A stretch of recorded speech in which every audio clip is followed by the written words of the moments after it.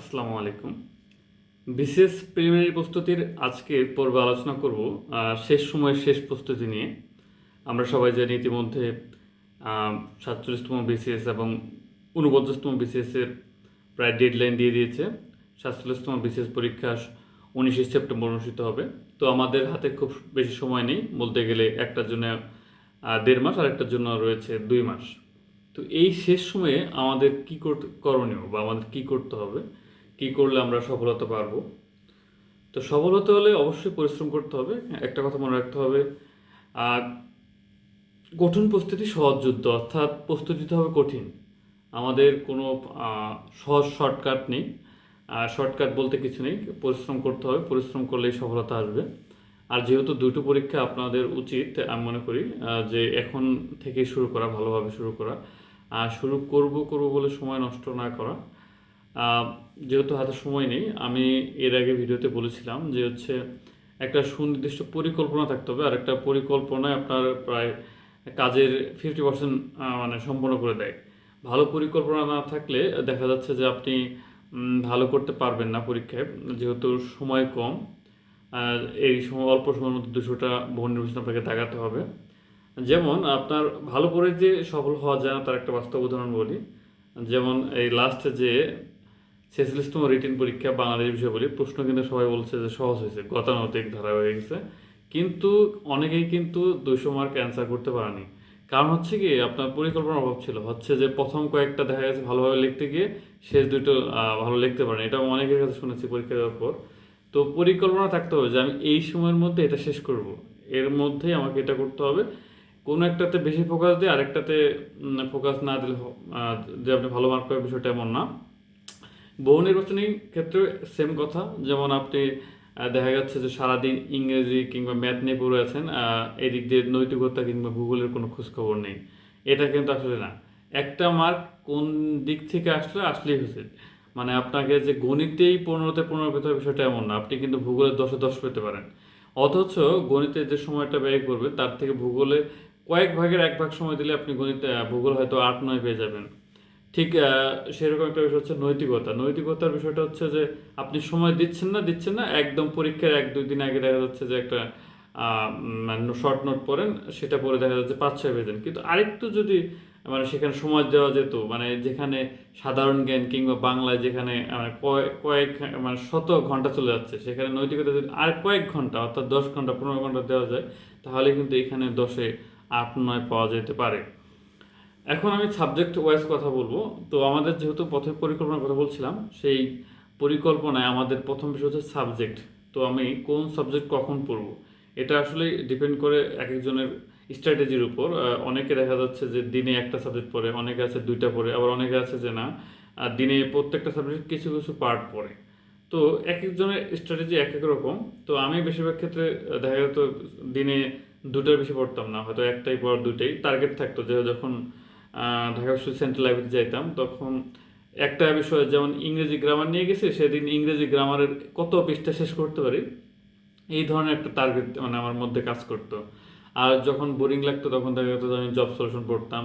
তাছাড়া জব সলিউশনের পাশাপাশি দেখা যাচ্ছে যে সহজ টপিক আমার কাছে কোনটা আমি সেটা খুঁজে বের করতাম। যেমন ধরেন বিপরীত শব্দ, মানে ভালো লাগতেছে না, পরে মনোযোগ নেই, সেখানে আমি বিপরীত শব্দ পড়তাম এইভাবে। তো পরিকল্পনার মধ্যে আপনাকে প্রথমে রুটিন করে নিতে হবে, যেহেতু আমাদের যেমন হাতে এখন বেশিরভাগ বলতে গেলে 45 দিনের বেশি নেই। তো এই 45 দিনের মধ্যে আমি আসলে আমার কোন স্ট্র্যাটেজি নিয়ে আগাবো, অর্থাৎ আমার কোন সাবজেক্টের দুর্বলতা আছে সেটাকে ফাইন্ড আউট করতে হবে। ইতিমধ্যে যারা পরীক্ষা দিয়ে ফেলছেন বা যারা নতুন একদম, তাদের বিষয়টা তো নিজেদেরকে জানা থাকে যে আসলে আমি কোনটাতে দুর্বল বা কোনটাতে স্ট্রং। তো ওই স্ট্রং পয়েন্ট একটা, আর হচ্ছে দুর্বল পয়েন্ট একটা। দুর্বল পয়েন্টটাকে ফাইন্ড আউট করতে হবে যে আমার আসলে এই জায়গাটায় কি কি উন্নতি করার জায়গা আছে বা আমি কোথায় উন্নতি করতে পারবো। আর কিছু বিষয় আছে যে না, এটা আমার মাথায় ঢুকতেছে না, আমার ওগুলো বাদ দেওয়াই ভালো। কারণ হচ্ছে যে এই অল্প সময়ে এই 2-1টা বিষয় মুখস্থ করার জন্য বা মেমোরাইজ করার জন্য সময় নষ্ট করার কোনো দরকার নেই। কারণ আপনার হচ্ছে 200 মার্কের পিলিতে আপনার 130 135 পেলে আপনি কিন্তু সেফ জোনে। আগে তো সেটা ছিল 109-10-এ, এখন কিন্তু একটু বেশি মার্ক লাগতেছে, 120-এর উপর লাগেই বলতে গেলে। 120 125 অবশ্যই লাগে, ওই বই প্রিপারেশনেই যাবেন। তো প্রথমে আপনার ওই স্ট্রং এবং উইক পয়েন্ট বের করার পর আপনি ওইগুলো ফাইন্ড আউট করবেন। হয়তো বা যখন দেখা যাচ্ছে যে আপনার এই পড়াটা মুখস্থ করা দরকার, আপনি ভালো একটা সময় খুঁজে বের করলেন যে এই টাইমে আপনার মুখস্থ ভালো হয়, তো এই মুখস্থ পার্টটা আপনি ওই সময় করে নিলেন। আর বিষয়টা হচ্ছে যে প্রত্যেকটা সাবজেক্ট ওয়াইজ আপনি রুটিন করে নেবেন যে আসলে আমি এই দিনের মধ্যে, যেমন বাংলা আমি 5 দিনের মধ্যে শেষ করব কিংবা 10 দিনের মধ্যে শেষ করব। আর পরীক্ষার আগ মুহূর্তে গিয়ে আরেকটা আপনি রুটিন করে ফেলবেন যে আসলে আমি রিভিশনটা আসলে কীভাবে দিচ্ছি। মানে 45 দিনে কিন্তু প্রায় 2বার পড়ার সময় আছে আপনাদের বলতে গেলে ভালোভাবে। তো শেষ সময়ে যে আপনি কিছু মডেল টেস্ট দিতে পারেন বিভিন্ন কোচিং সেন্টারে কিংবা নিজে কোনো মডেল টেস্ট কিনে এটা দিতে পারেন। এবং ওই মডেল টেস্ট দেওয়ার সময় মনে রাখবেন যে টাইম ম্যানেজমেন্ট ঠিক আছে কিনা। আপনি যদি শুধু টিক চিহ্ন দেন তখন কিন্তু আপনার ওই টাইমটা ওই পরীক্ষার টাইমের সাথে মিলবে না, অর্থাৎ আপনাকে দ্রুত সময়ের মধ্যেই শেষ করতে হবে। আর একটা বিষয় হচ্ছে যে এই যে রুটিন করলেন, রুটিন করার পর শুধু রুটিন ওই মানে পড়ার টেবিলের সামনে টানিয়ে রাখলেই হবে না, ওটা বাস্তবায়ন করতে হবে। আসলে আপনি কতটুকু এক্সিকিউট করতে পারলেন সেটা হচ্ছে মুখ্য বিষয়। আর আপনার কতটুকু হলো, আর এখন তো অনেক বাজারে যে মডেল টেস্ট পাওয়া যায়, আপনি দিনে কতটুকু পড়লেন, যেমন 2টা চ্যাপ্টার পড়লেন, ওটার মডেল টেস্ট কিন্তু ওই সাবজেক্ট ভিত্তিক থাকে, ওগুলো যাচাই করতে পারেন। বা শেয়ারিংয়ের মাধ্যমে পড়াশোনা করতে পারেন, যেগুলো বিষয় আপনার সাধারণত মনে থাকে না। যেমন আন্তর্জাতিক বিভিন্ন টপিকস আপনি সাধারণত শেয়ার করলে ভালো, এগুলো মনে থাকে। আর কিছু বিষয় হচ্ছে যে আপনারা বাংলা সাহিত্যের যে পার্টটা, সেটা হচ্ছে কিন্তু আপনার যারা কিছুদিন আগে রিটেন দিলেন, এই বাংলা সাহিত্যের তো প্রায় এক সেমই বলা যায়, মানে সেম জিনিস রিভিশন দিবেন। ইংরেজির ক্ষেত্রে আপনাদের বেশি ফোকাস দিতে হবে, ভোকাবুলারি ভালো করে জানতে হবে। আপনার ওয়ার্ড মিনিং জানা থাকলে দেখা যায় অনেক গ্রামাটিক্যালস এমনি অটোমেটিক হয়ে যায়। ভোকাবুলারির প্রতি প্রচণ্ড মনোযোগ দিতে হবে এবং স্পেলিং যেগুলো আছে স্পেলিংগুলো ভালো পড়াশোনা করতে হবে। ম্যাথ রেগুলার কিছুটা অংশ হলো প্র্যাকটিস করতে হবে, কারণ ম্যাথ পুরোটা হচ্ছে প্র্যাকটিসের বিষয়। আপনি প্র্যাকটিস না করলে পরীক্ষার হলে মানে হুট করে যখন করতে যাবেন দেখবেন সহজ জিনিসও মনে থাকবে না। এটা আমার আমার ক্ষেত্রেই হয়, দেখা যাচ্ছে যে ম্যাথ করবো করবো বলেই করি না, শেষে কয়েকদিন করে পরীক্ষার হলে যখন যাই দেখা যাচ্ছে যে তখন সহজ জিনিসটাই আর মনে থাকে না, মানে করতে পারি না, মাথা গরম হয়ে যায়। বিষয়টা এরকম, তো মাথা গরম করা যাবে না। আর বাংলাদেশ আন্তর্জাতিকের ক্ষেত্রে বাংলাদেশ বিষয়টাই আপনার একটা ভালো একটা জায়গা, যেটা হচ্ছে যে আপনার ভালো মার্ক তোলা যায়, 30-এ দেখা যায় 25-26-এ তোলা যায় যদি আপনি প্রপার ইফোর্টটা দেন বাংলাদেশের প্রতি। আপনার কোনটা পড়তে হবে আর কোনটা পড়তে হবে না সিলেবাসটা দেখে, অর্থাৎ সিলেবাস দেখতে হবে, সিলেবাস না দেখে কিন্তু পড়া যাবে না। আর বিগত সালের প্রশ্ন তো অবশ্যই দেখতে হবে যে কোনগুলো বেশিরভাগ আসে।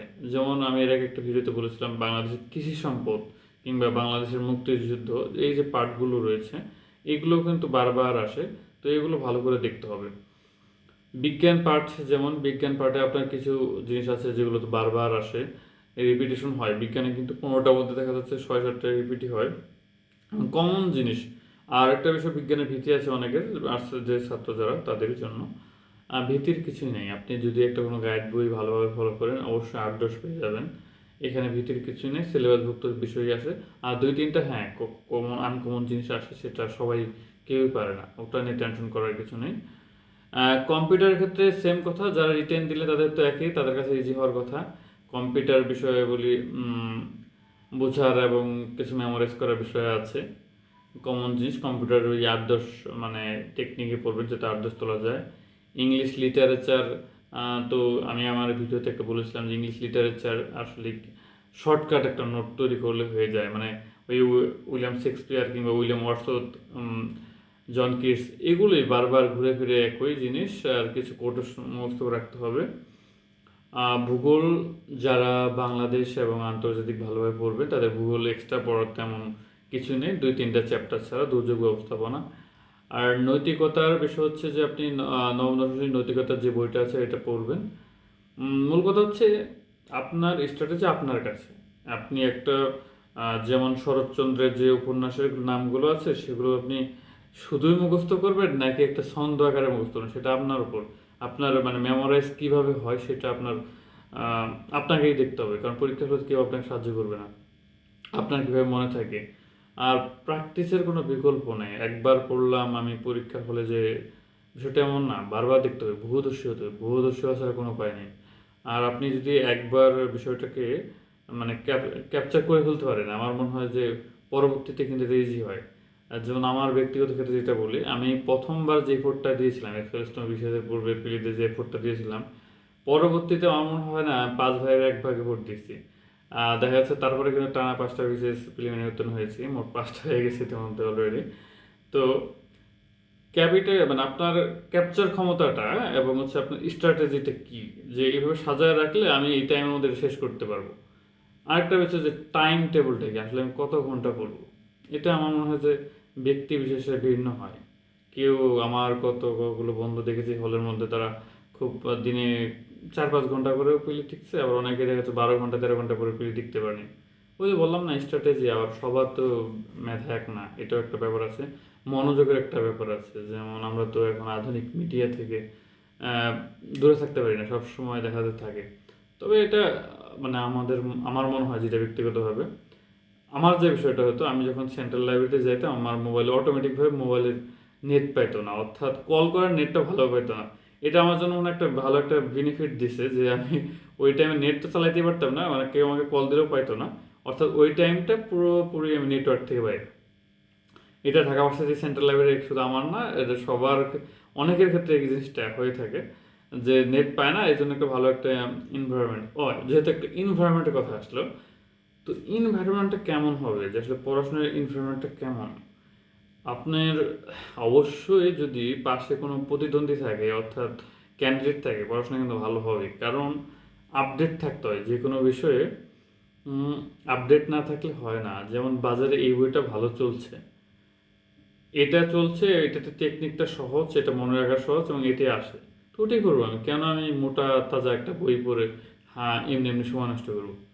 আবার যেটা হচ্ছে সাম্প্রতিক যে বিষয়গুলো, এগুলো কিন্তু শেয়ারিংয়ের মাধ্যমে বা একে অপরের মাধ্যমে শেয়ার করলে দেখা যাচ্ছে যে বিষয়গুলো জানা থাকে, পরীক্ষা হলে ভালো করা যায়। সাম্প্রতিক নিয়ে আমি তো অলওয়েজ পেপার পড়ার বিরোধী, পিলির জন্য। কারণ হচ্ছে যে, তো রিটেনের জন্য না, রিটেনে কিন্তু এবার যারা আন্তর্জাতিক পরীক্ষা দিয়েছেন, দেখছেন যে যারা এই যে কিছু কোশ্চেন ছিল ইম্পেরিক্যাল, সেগুলো কিন্তু রিটেনে আর যে ভালো যারা করছে, তারা পেপার পড়ে তারা খুব ভালো করছে আমার মনে হয়। তো পেপার পড়ে অনেক সময় নষ্ট করা যাবে না। যেগুলো আবশ্যিক কিছু জানার দরকার এডিটরের, সেগুলো দেখতে পারেন। আর সর্বশেষ পরীক্ষার কয়েকদিন আগে একটা সাম্প্রতিক বই কিনে নেবেন, জাস্ট এনাফ। এই আর এনভায়রনমেন্ট যেটা বললাম, ভালো একটা এনভায়রনমেন্ট পড়াশোনা করবেন। কাছে ধারে লাইব্রেরি থাকলে অবশ্যই লাইব্রেরি, গ্রুপ স্টাডি করার ইচ্ছা থাকলে গ্রুপ স্টাডি। আবার একাকীভাবে যখন পড়া দরকার, কোনো কিছু মেমোরাইজ করা দরকার, অবশ্যই একাকীভাবে পড়বেন। আর শেয়ারিংয়ের মাধ্যমে আশা করি ভালো বস্তু নিতে পারবেন। কৃপণতার মধ্যে কোনো সাফল্য নেই। আমি যখন পড়াশোনা করতাম, বিশেষ করে হল লাইব্রেরিতে, তখন শেয়ারিংয়ের মধ্যে পড়াশোনা করতাম। শেয়ার করলে একটা বিষয় মনে থাকে, কখনো কৃপণতার মধ্যে মানে কোনো নাই। আপনার যখন শেয়ার করবেন একটা বিষয়, দেখবেন যে আপনার অনেক দিন মনে থাকছে বিষয়টা। বিশেষ করে গণিতের বিষয়টা, আপনি দেখবেন কোনো বড় ভাই বা কারো কাছ থেকে যখন হেল্প নেবেন, তখন কিন্তু ওটা মনে থাকে বেশি। আর আপনি যখন কাউকে বুঝাই দেবেন, তো ওটাও আপনার মনে থাকবে বেশি, আপনার ভুলার সম্ভাবনা কম। এই দ্যাটস অল। শেষ সময়ে শেষভাবে ভালোভাবে প্রস্তুতি নেন। সবার জন্য শুভকামনা। আসসালামু আলাইকুম।